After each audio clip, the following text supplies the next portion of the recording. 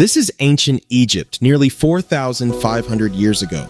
The year is around 2560 BC. And this is Khufu, the pharaoh of one of the wealthiest, most powerful, and most advanced kingdoms in the ancient world. To the people of Egypt, he was far more than a king. He was a god walking among men. The ancient Egyptians held a deep and powerful belief. Death was not the end, but the beginning of an eternal existence. They believed that a person's soul, known as the Ka, continued to live after death. But for the Ka to survive for eternity, it needed a protected physical body.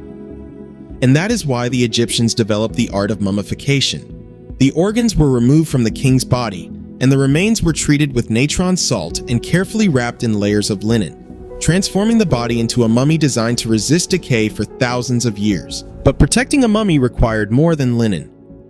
If the body was destroyed or damaged by tomb robbers, the soul could be lost forever. So Khufu needed more than a tomb to protect his mummy and priceless treasures.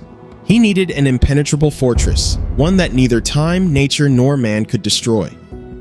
But when Khufu presented this vision to his chief architect and engineer, Hemiunu, his team faced a challenge that seemed to erase the line between the possible and the impossible. The fortress would cover 13 acres, roughly the size of 7 blocks in New York City. Building it would require around 2.3 million massive stone blocks, each weighing an average of 2.5 tons. And inside the pyramid, the red granite blocks protecting the king's chamber would be even more extreme, some weighing between 50 and 80 tons. The first challenge was the foundation. They chose the solid bedrock of the Giza Plateau, and thousands of years before the compass, aligned the 4 sides with true north, south, east, and west with extraordinary precision. But the question remained, how did they achieve that level of precision? And how did they begin building something this massive, so it could stand for thousands of years? But now, Khufu's engineers faced the greatest logistical nightmare of the entire project. The 2.3 million stone blocks weren't simply waiting here in the desert. The white Tura limestone used for the pyramid's outer casing had to be brought from across the Nile.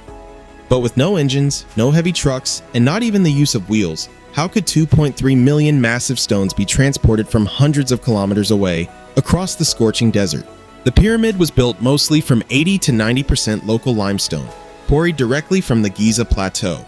This was Eocene rock, around 40 to 50 million years old, formed from the remains of ancient marine life. Freshly quarried, the stone was relatively soft and easier to cut.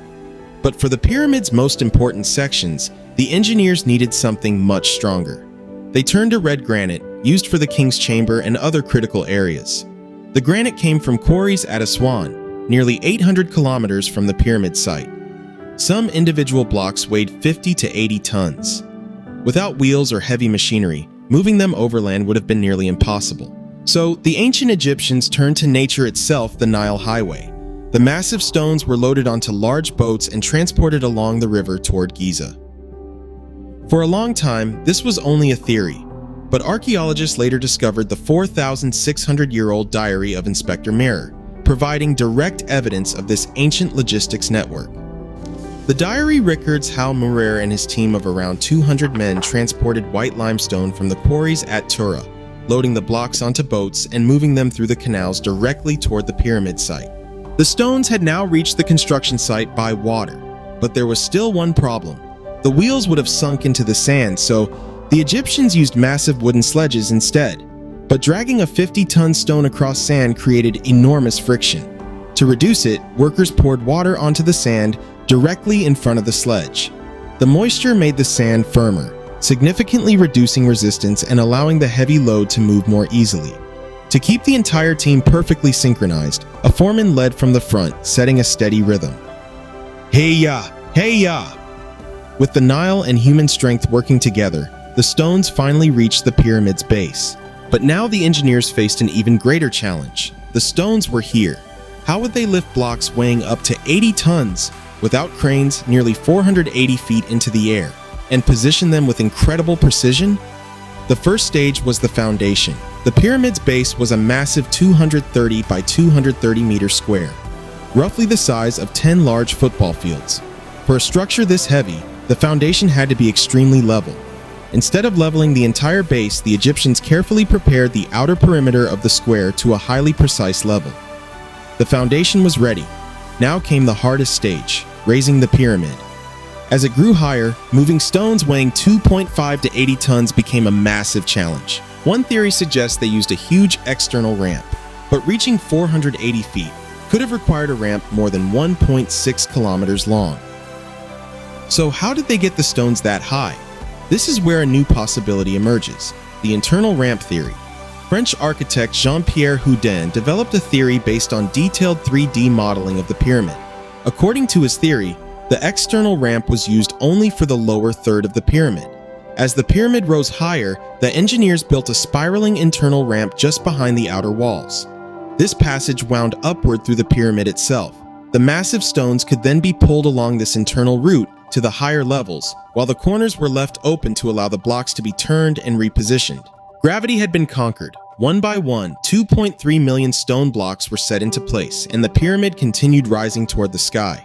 But the most complex and astonishing part of the entire structure wasn't on the outside. It was being built deep inside. The King's Chamber, the mysterious Grand Gallery, and the incredible engineering designed to withstand the crushing weight of nearly 6 million tons above it. So how did this hidden world work? And how did the pyramid finally transform into the brilliant monument that once dominated the Giza Plateau? From the outside, the pyramid looks like a massive mountain of stone, but that outer shell hides an entire world, sealed away from the outside for 4,500 years. On the pyramid's north face, about 17 meters, or 56 feet, above the ground, is a small doorway. This was the pyramid's original entrance, but today, visitors don't enter through it. Instead, they use a rough passage near ground level known as the Robber's Tunnel. In 820 AD, Caliph al-Ma'mun had this tunnel cut through the pyramid while searching for its hidden treasures. As you move deeper through this narrow passage, it connects to the descending passage, a steep, dark corridor that leads beneath the pyramid's base to the unfinished subterranean chamber. But the pyramid's real mystery lies higher up. A rising passage leads us into its center, about 20 meters above the ground. This is the Queen's Chamber, though there is no evidence that a queen was ever buried here. The chamber is completely empty, no sarcophagus, only a deep recess in the eastern wall whose purpose remains unclear. But the chamber's greatest mystery lies within its walls. Two narrow Queen's Chamber shafts extend deeper into the pyramid.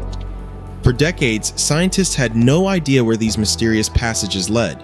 Then, in 1993, a small robot called Upuaut 2 was sent inside to explore them.